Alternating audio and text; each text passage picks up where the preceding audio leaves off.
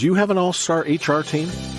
You may feel your team is already performing at a high level, but let's take a closer look. Would your company's top leaders and employees agree that your HR team are operating at a high level? Are team members able to influence top executives on difficult topics? Are team members' business and strategy focused on the challenges the organization is facing? Does the executive team trust your direct reports as advisors on human capital issues? If you can answer yes to these questions, you have built an outstanding team. If you feel there is room for improvement, Strategy Focused Group can create a custom development program to elevate the quality of your HR team. We use HCI certification programs as well as non-certified HRBP MBA Masterclass to give your team a laser focus on the business and strategy. Please email us at info@strategyfocusedgroup.com.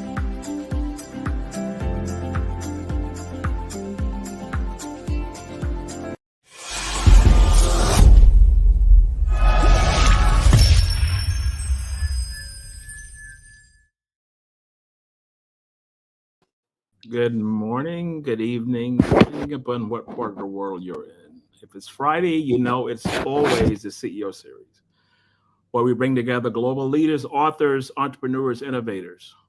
Today, our guest is a good friend, former workmate, Tara Bench, now better known as Tara Teaspoon.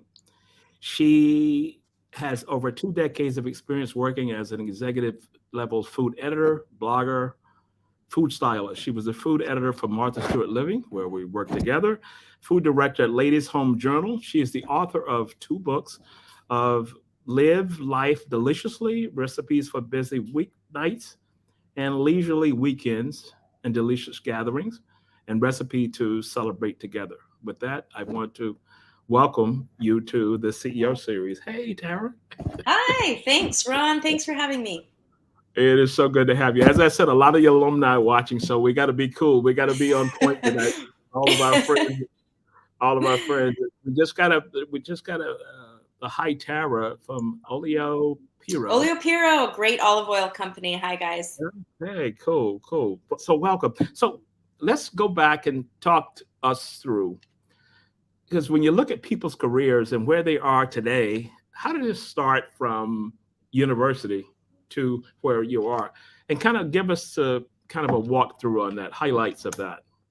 Well, that was a fun story. I went to university and thought, hey, I love to cook. I had great advice from my parents. They were wonderful in saying, hey, study something you enjoy, because that will turn into your career and you are going to be doing that for a better part of your life.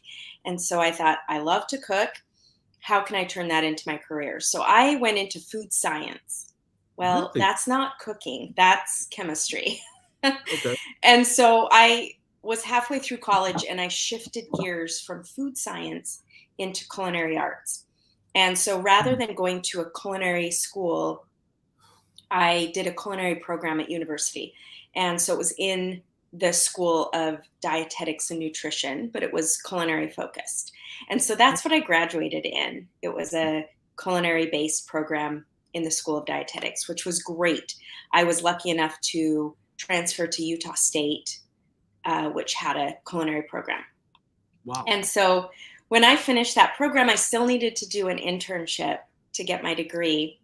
And I had asked my professors, I didn't want to work in a restaurant or go into a catering career like a lot of my peers. And I said to my professors, I said, who makes the food in these food magazines that I love, like Food and Wine and Bon Appetit? And they were like, I don't know. And so finally, one of them brought me a magazine page from a trade magazine that was about food stylists and how they use Elmer's glue for milk and all these tricks and Crisco for ice cream. And I thought, well, that's okay, but this food in these beautiful magazines, it doesn't look like that. So finally, I, found my way into the masthead of these magazines and realized they had test kitchens. So I called almost every test kitchen in the country and said, can I do an internship in your test kitchen? Wow. And you know her well. Susan Sugarman was the only person that said, well, sure, you can come and try out to be an intern. Yeah. And everyone else was like, we already have our interns, or we don't take interns from anyone but the CIA, which was the Culinary Institute of America. So Yeah. I flew to New York and interviewed with Susan Sugarman, who was the director of the Martha Stewart Living Test Kitchen. And that's how I became the intern at Martha Stewart Living. And then they hired me as an intern. That's amazing. Susan Sugarman and I still stay in contact. She is amazing. Mm-hmm. Yeah. So she took a chance on me, Ron. She said, okay, this girl that doesn't know A from B in the culinary world, had a very, minimal education in cooking, became the intern in the test kitchen. Wow. Wow. And all that started because of your interest in food and the parents kind of guiding you, say, hey, do what you enjoy. Because when you think of organizations today and careers, they always tell people do what you love. Lots of times that's not really a direct line. So it may need to be detours or U-turns and all those kind of things. But it worked out in your situation. It worked out. I think do what you love, but also what's out there. I didn't know that my job existed, and neither did my chefs and professors. Yeah. And so I kind of had to find that and explore that. And it was a lot of digging and a lot of exploration. And I think that still goes today. There are so many jobs out there that exist that you kind of don't know are out there. Mm-hmm, mm-hmm. I teach at a couple of universities and of course, and I tell the students that explore, because the trajectory you may be on may not be it. And you have to kind of look around, surround that, and look at different avenues to move to whatever that solution is. On the other end, because when I came at Martha Stewart, I came from IBM. I didn't have a clue as to what creativity was. When I saw the test kitchens, remember the test kitchens on steroids? And I'm like, oh my God. Yes. Yes, and you saw the Stewart test kitchens. I started when we were in a building at 42nd Street, and the test kitchen was very small, and it was in this office building that looked like any other office building in New York City. Yeah. And then you'd walk into this test kitchen with, pots and pans and things. It was really interesting and fun. Yeah. So I started at the 42nd Street. I remember that test kitchen because when the power went out in New York, we spent a night in the building. And the test kitchen was a hangout. Eating snacks, whatever was in the fridge. Eating snacks, and there was a whole case of wine, all these. We had a great time doing that. So now you're all over the place. You've done specials. I mean, you've done segments on TV shows across the globe, from the Today Show that we talked about earlier. And for the people that are more global, because this is a global audience, the Today Show in New York is the show. And when you get on that show, that means check the box. You're at the top of the food game. So how did it go from leaving Martha to the career you have today? Walk us through that entrepreneurial journey. Well, I love taking opportunities when they come. And I have not necessarily carved a path for myself, but I have allowed myself to take opportunities as they arise. And when I left Martha Stewart, it was time. I had sort of hit that ceiling. There was no other growth that was going to happen at that company for me. And it was time to leave and move on. And I didn't have a plan, but I had enough skill and enough experience that I could freelance and do some consulting. And so I left and was a food stylist. So I worked with photographers and brands that I had known and created relationships with, and did food styling and photo shoots. And I did that for a few years. And then another magazine came to me and said, hey, we are looking for a food editor.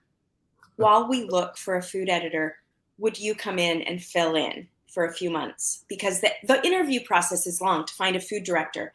Yeah. Many years ago, there were a handful of lifestyle and food magazines. And so there were a handful of lifestyle and food directors in the entire country, I should say.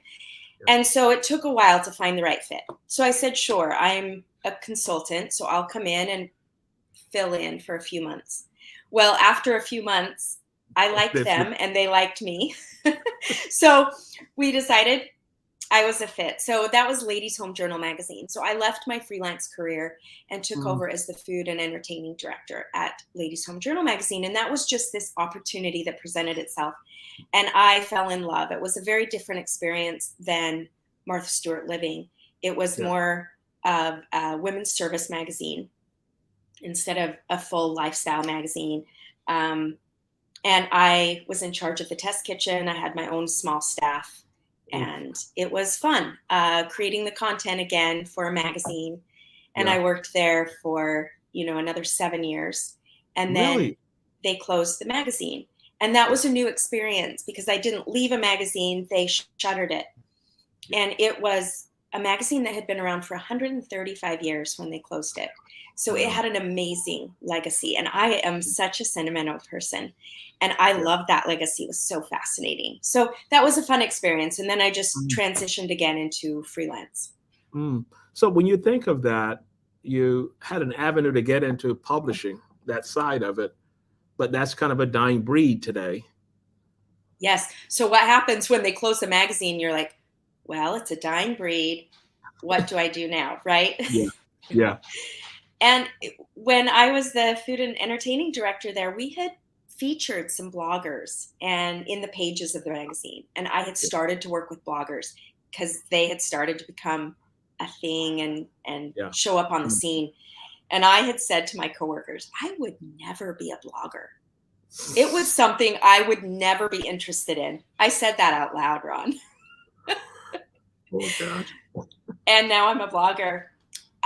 I think I feared having to learn a new skill because I was in publishing, and being a blogger and going into web and complete, a completely different thing than publishing was a little scary. I had to learn a completely new skill in order to now run a blog. So I'm going to tie into that because I kind of went through the same thing. A friend of mine was at a magazine and he said, you have pretty good thoughts on workforce dynamics, future work and all this. And he said, why don't you start writing an article?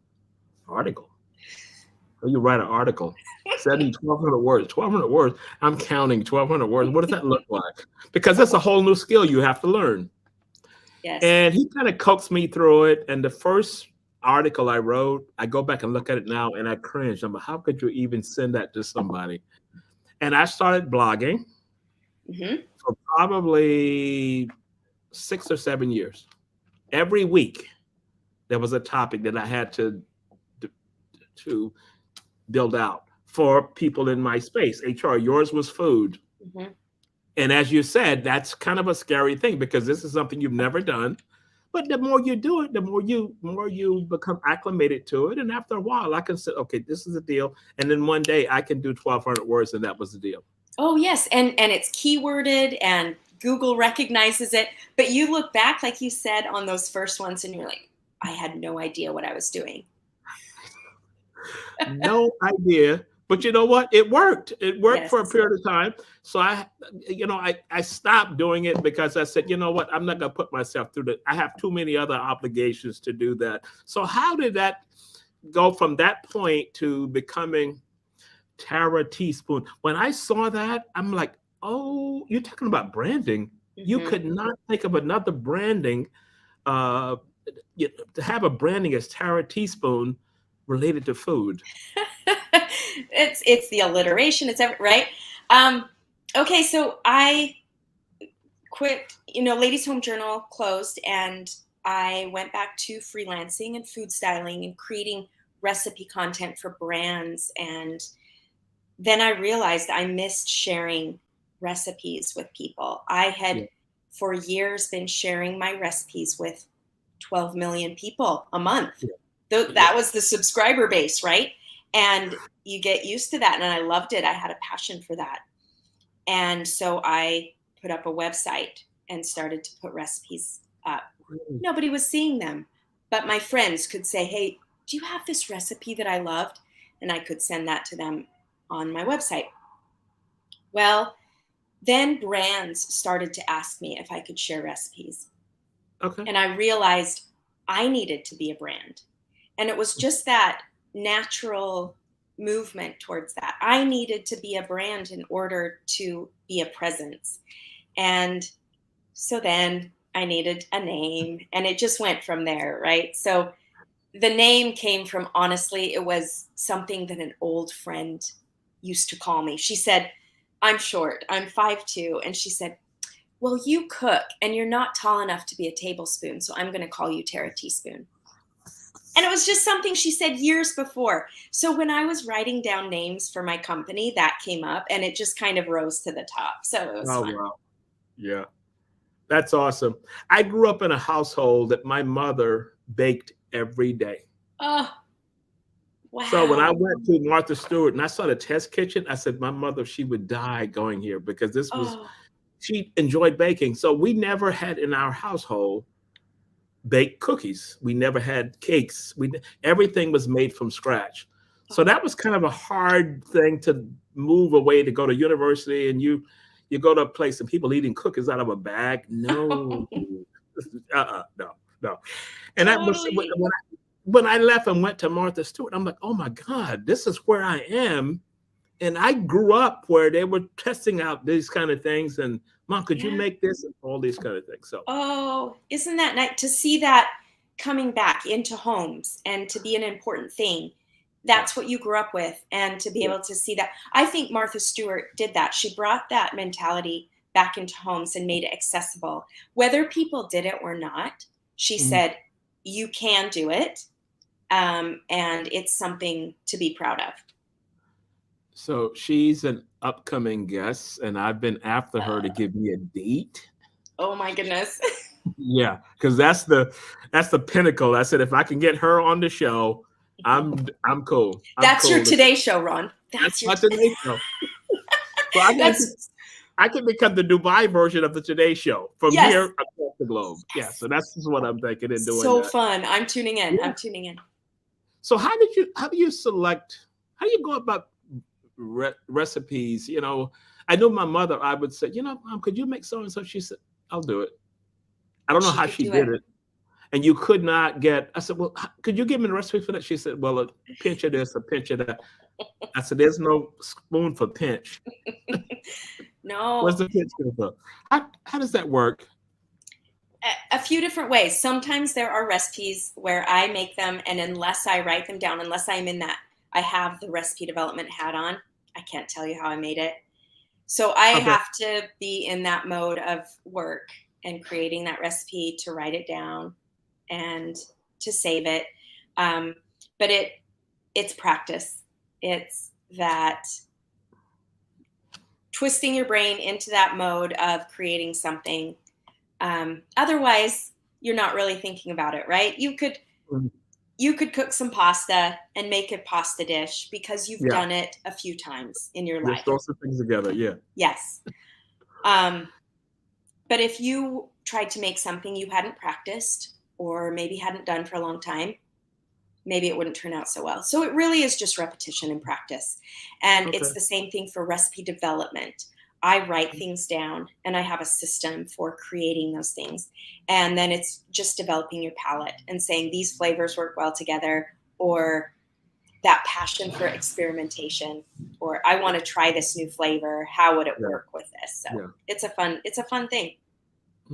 So let me just throw this out. Tara, at one point in time, lived in Saudi Arabia as a child. And I live here now. When you go to the grocery stores here, and you go in the spice aisle, forget about it. You go in the spice aisle in the U.S., it's like this: salt, pepper, paprika, and that's it. You go to the spice aisle in the Middle Eastern area, it takes up 2 aisles because every nationality has their own spices. And how do you even begin the process of thinking through something as, I'm going to say, as simple as biryani? I mean, the spices alone, you almost need an education as to which one do you choose. Yeah. I cook for my audience.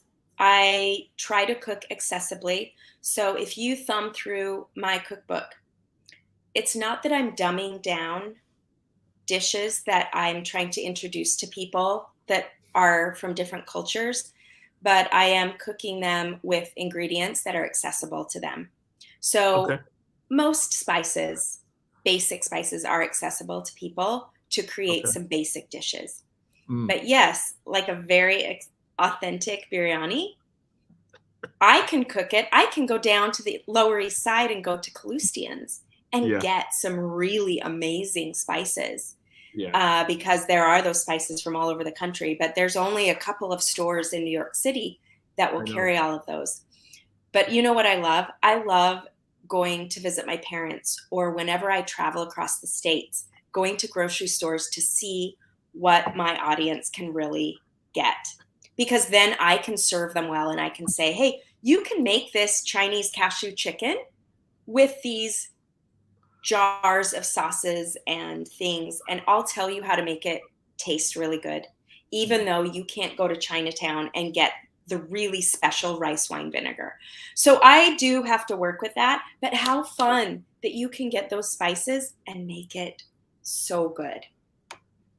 So I'm a part of the Hospitality Association here in Dubai, and a lot of chefs are Wow. there on the. I we'll talk offline. I have to get you connected to that, Wow. but it is the amazing working with these, not working with these chefs, but understanding how they became top chefs in Dubai, Hmm. and they brought their country spices, To Dubai. recipes, and they created the brand inside of Dubai. And there's so many restaurants that has created that.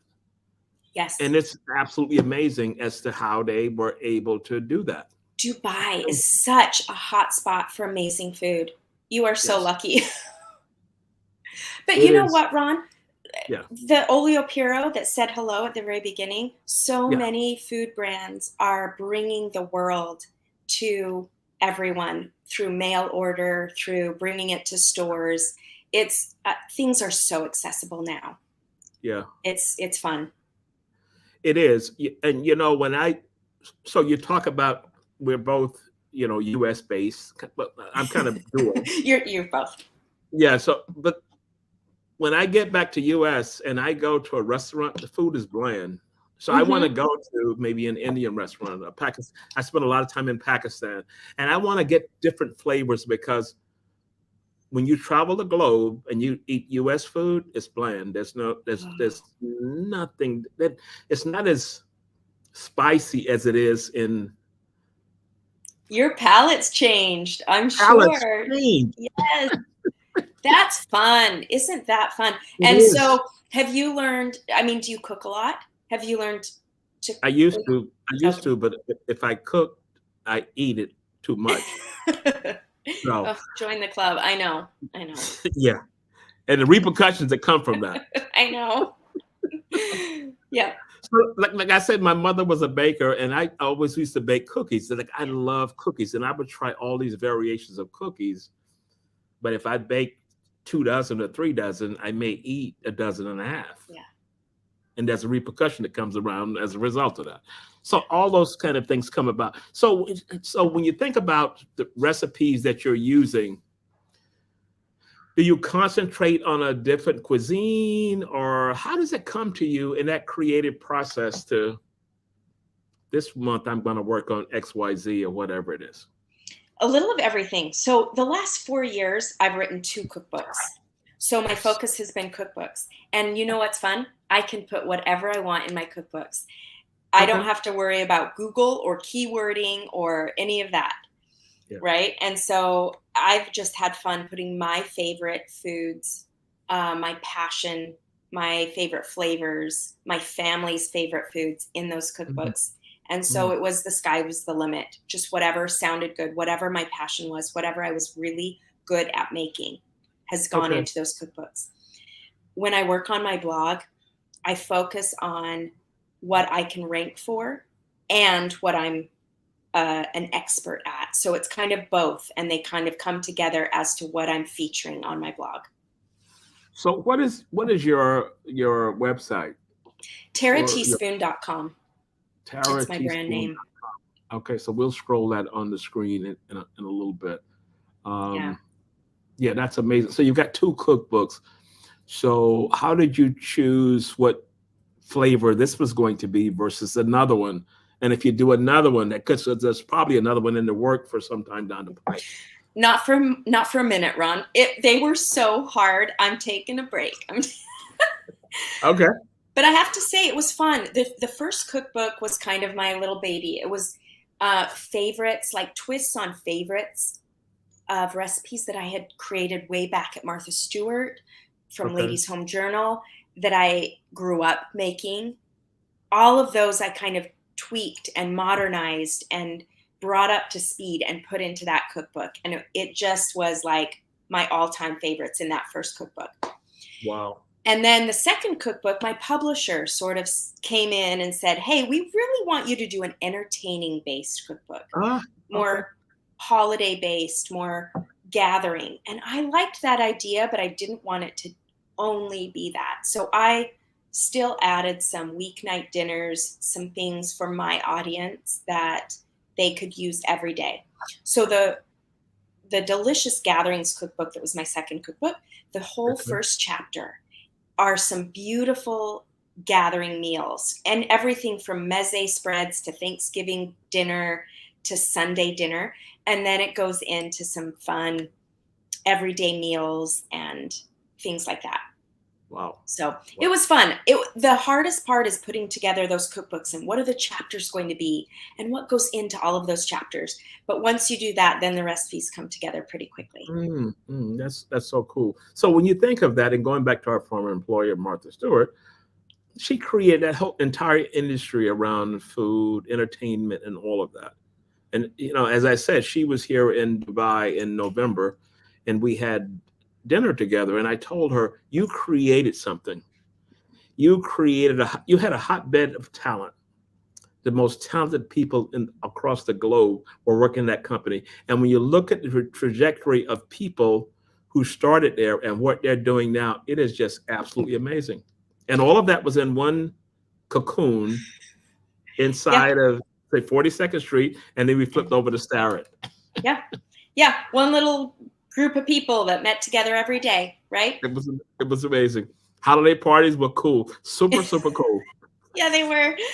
Yeah, it was fun to see, Ron, and I told you this before. It was amazing. The magazine was broken into departments. If people don't Yeah, know that, it was the garden department and the style department and the craft department and the food department. You name it. And within each of those, they were the most talented people in those industries from our perspectives, right? And it was fun to see that talent. mm. Perhaps they weren't always the best managers and business people, but I know, but we know that we can't be perfect at everything. But wow, Yeah, just the talent and the amazing people they were, and yeah, the creativity and the product that came out of that was really cool. yeah. As I said, we won't go there. But it was cool. No. But you know what? That brought about innovation, and in a lot of cases, that I've always said you learn more from a bad manager than you do from a good manager, because the bad manager says, and what they do, you said, I will never do that because I Yep. know the impact it had on me in doing that. So that was a great experience from my side, but I'll leave it at that. So, what is the most important skills for someone who's coming out of high school and they're thinking about trying to go to a career, and the parents said become an accountant, become a lawyer, and all these kind of things, and you said, I don't really want to do that, but I will do because you're paying the tuition. I'll do that. How would you advise a young person who's trying to make that choice? What do I do now post high school? I really, really enjoyed it. See, you were fortunate because you had parents that said, explore, try it, find something you love. But I if I'm the was. parent, yeah, That's hard. I mean, there are all different circumstances, right? Maybe somebody's being forced to do something or study something they don't love because of that. Um, that being said, I did study, I mean, my minor was accounting for a while, and then I switched it. My minor was journalism, but my major was culinary arts and food service management. Okay. So there were some changes throughout university. But my family did say, get a college education. So you said coming out of high school, I mean, I still think a college education is super important. Not everyone can do that. So Yeah. some continued education is probably really important. My personal opinion, I've said this before to people in discussions, is I suggest starting, I don't want to say at the bottom, but don't think that just because you're really good at something, you can just take some really giant steps and leap and bound up. I think you lose some of that finesse and grace and learning if you jump too high too fast. There is such benefit in learning and going through that growth and climbing. It doesn't mean that you have to be paid pennies or struggle. It just means that you don't have to be at the top of everything all the time so fast. I wouldn't be where I was if I wasn't an intern, if I wasn't a junior editor for a long time, if I didn't take those small steps along the way. Yeah. I needed to learn that. I needed to learn from people. I needed to learn from my experience. And I think there's a big benefit to that. Yeah. So it comes back to a quote I mentioned earlier, is that you learn more from failure and the struggles than you'll learn from consistent success. So what we're going to do is take a break now, and we're going to put your video on, and we're going to show that, and then we'll come back and talk to the end. Sounds good. Okay, cool.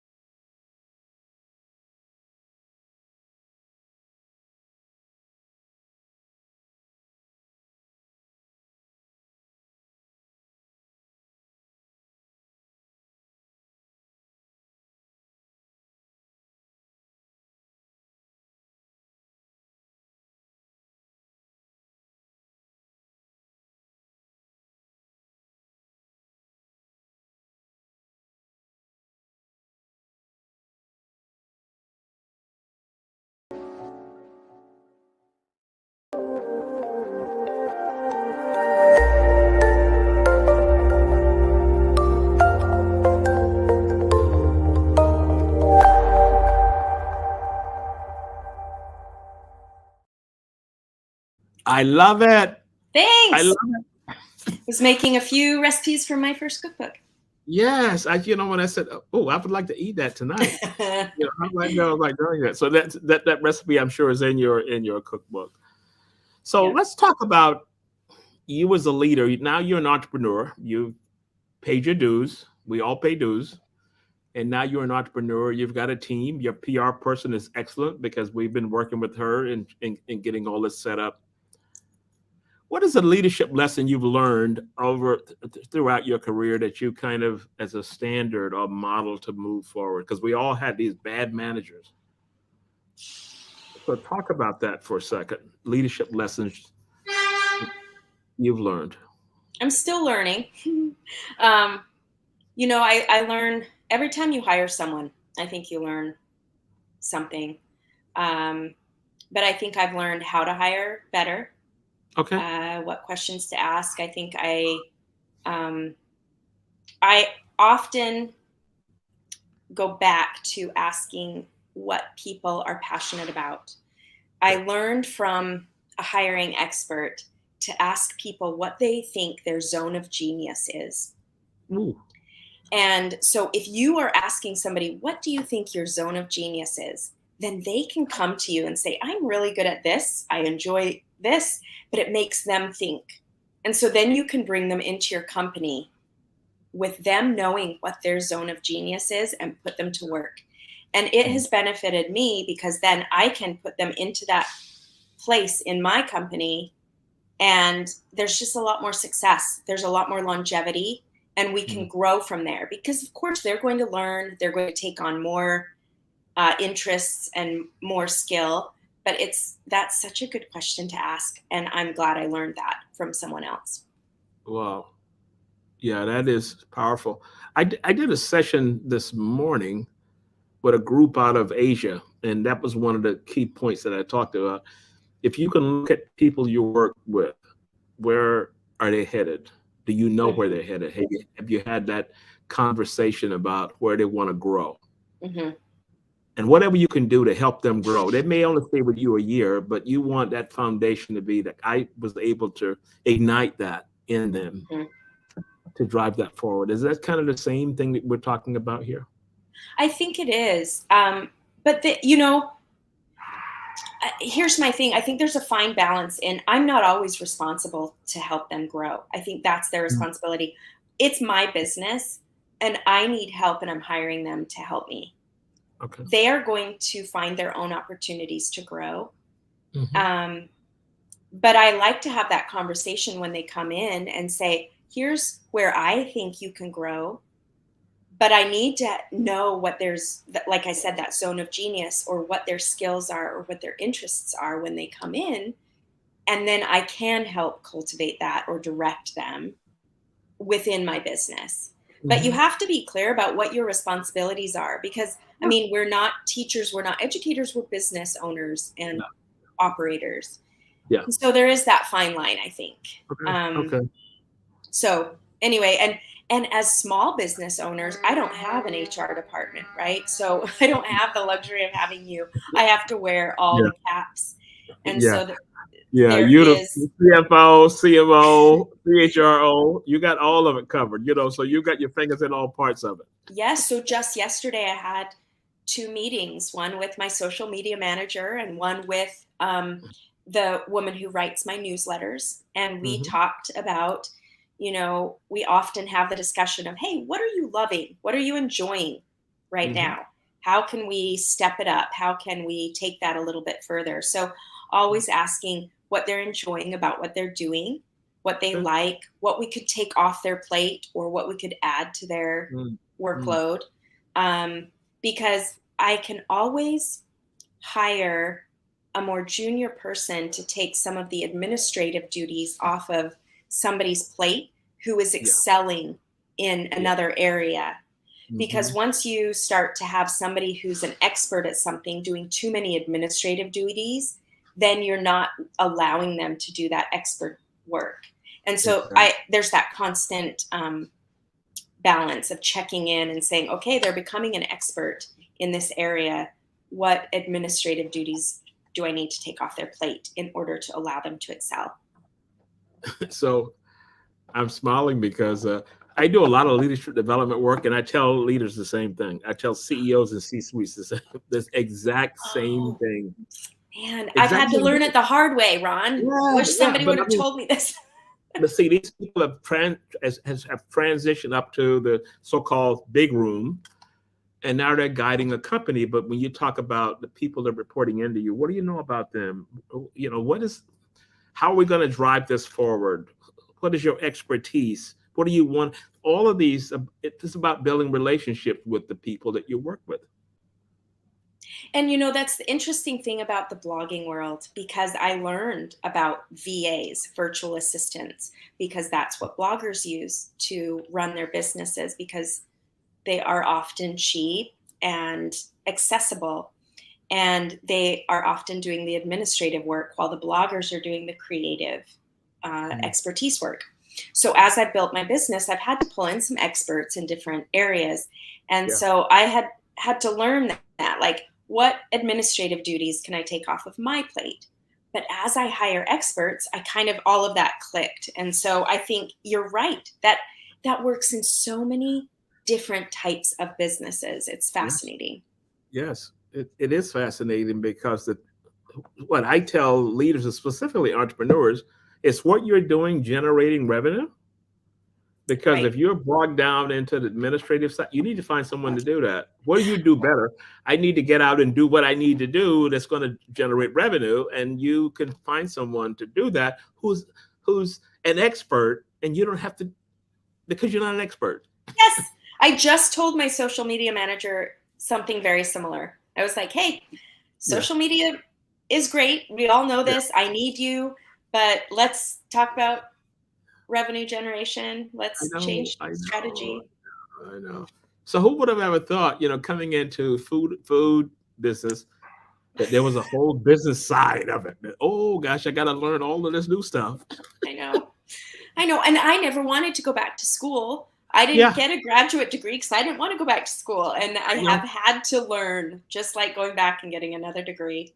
I know, I know. All these things happen. And this is why, I was so glad to have you on, because I followed your career since post our foray at the big house. I told Martha, I said, I always refer to Martha Stewart, Sarah, as the big house, because that was the big house. I mean, it's just amazing, the people, the alumni group, and all those kinds of things. So I'm still trying to get her scheduled, but that would That would be be, a huge, that would be my Today Show, as you said. That would be my Today Show. yep, So amazing. so as we come up to possibly close to the end of the interview, what person has had the biggest impact on you in your development? I know that could be quite a few people. Um, what person that you've learned from that's you still kind of go back to, maybe a saying or a quote or whatever it was? Oh, I am not prepared for that question. Oh, Um, I think there are a few. I think I go back. My father is an amazing businessman. okay. Very, very different industry than I have gone into. Yeah. But he has always given me tidbits and nuggets of just business advice and wisdom. So I would say him. It doesn't always apply directly to what I'm doing, but I think, and I can't think of anything specifically off the top, Mm, but we grew up in our house with a quote that he shared with us when we were little, and it's always stuck with me. And it's, if you always do what you've always done, you'll always be what you've always been. ooh, ooh, ooh. I've always remembered that quote. It doesn't Yeah. necessarily have to do with business, Mm-hmm. but it can and does apply, but it's just life and business and everything. But it's true, Ron. If you always do what you've always done, you'll always be what you've always been. That's right. And so I love that. I love change it up, innovate. If something's not working, do something different, be Yeah. something different. Yeah. But like I said, I have been influenced by different managers, bosses, coworkers. Um, And bad that bosses. well, you told me not to talk about that, so Side conversation. We'll deal with that on the side. Yeah. Side um, conversation. yeah. So Yeah, yeah. So, you mentioned your father, and that's amazing, because my father was my kind of grounding, because my father owned a taxi company. My father had an eighth grade education.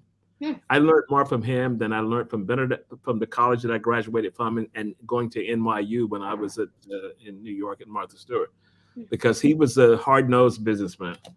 And I would sit and listen to the stories he would tell, the way that you'd analyze something, and I said, I wish he was here today, so I could just say, just thank you for just talking, because I was soaking it all in. sharing his wisdom every day through what Yeah, his yeah. experience. So how did when your parents are looking at you now, and I can just imagine when they turn on the Today Show, and oh wow.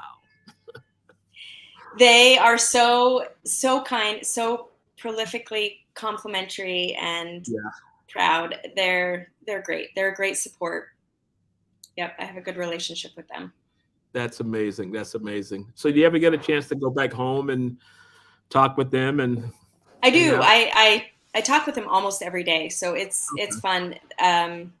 Our family is close, and so yep, it's great. I still get advice from both my mom and my dad, and Yeah. my mom Yeah. has been she helped me through both books, both book tours. I couldn't have done it without her and both of them because I always needed an extra hand. Mhm.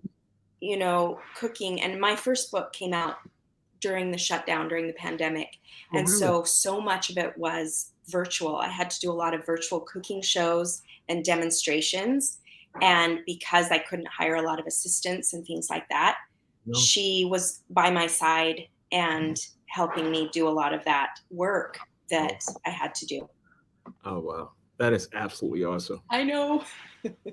Yeah, absolutely awesome to have that support. So in closing, what key quote or what would you advise, say, organizations, if you're the Martha Stewart and you built up that kind of organization, how would you advise organizations to allow more creativity, allow people to grow, or any advice? Well, it's not a quick one, but I Okay. take this advice. My older brother is a bodybuilder. He works out a lot. So I take Okay. this from him, and it's a little snippet that I often think about. A workout bike that has the flywheel in the front? When Yeah. you get on that bike and you start working that flywheel, it takes a lot of work to get that flywheel going. Yeah. But once it gets going, it's spinning and it's going quite fast. And then when you slow down, it slows down. And then to get it going again, sometimes it takes a lot of work. But when it's going, man, you're coasting along, right? So that's our business. That's life. I often think of that as my business. It's not always easy. Yeah. When you get that flywheel going in business, sometimes you're like, things are great, stuff's coasting along, things are growing. And it's okay if you coast along for a while and you're growing and things are going fast. It's also okay to slow down and stop pedaling for a while and have to ramp up again. Those Mm, ramping up moments are fine. You might have to fire someone and hire someone and train and get going again. Always know that flywheel is going to get going again. It just takes a little bit of work. wow. And so be prepared for those times when you have to ramp up again and start pedaling again. Yeah. That is just business. So Yeah. that's kind of my advice, is just to sort of look at it as a big picture Yeah. and know that there's those ebbs and flows. Yeah, it's amazing how we look back at things in life and we realize that the small learnings can come from something. It's just a general conversation that just kind of popped in, and it's kind of an anchor in moving forward. I think so. You're right. So I want to thank you for making time for us, trying to schedule this. I know sometimes, when you're busy, I think it's about 10 o'clock in New York City now. So thank you. I'm headed to New York on tomorrow morning, and I'm going to be there for 3-4 weeks. So maybe we can catch up and That would be great. have lunch someplace or whatever it is, but we'll try and work it out. So thank you very much for, You're on. This has been a pleasure. oh, it's been an absolute pleasure having you as a guest and reminiscing the old times. And I'm going to send Martha a copy of this. Thanks. Sounds good. Okay, cool. Thank you so much. Take care. Bye-bye. Bye-bye. Hang on for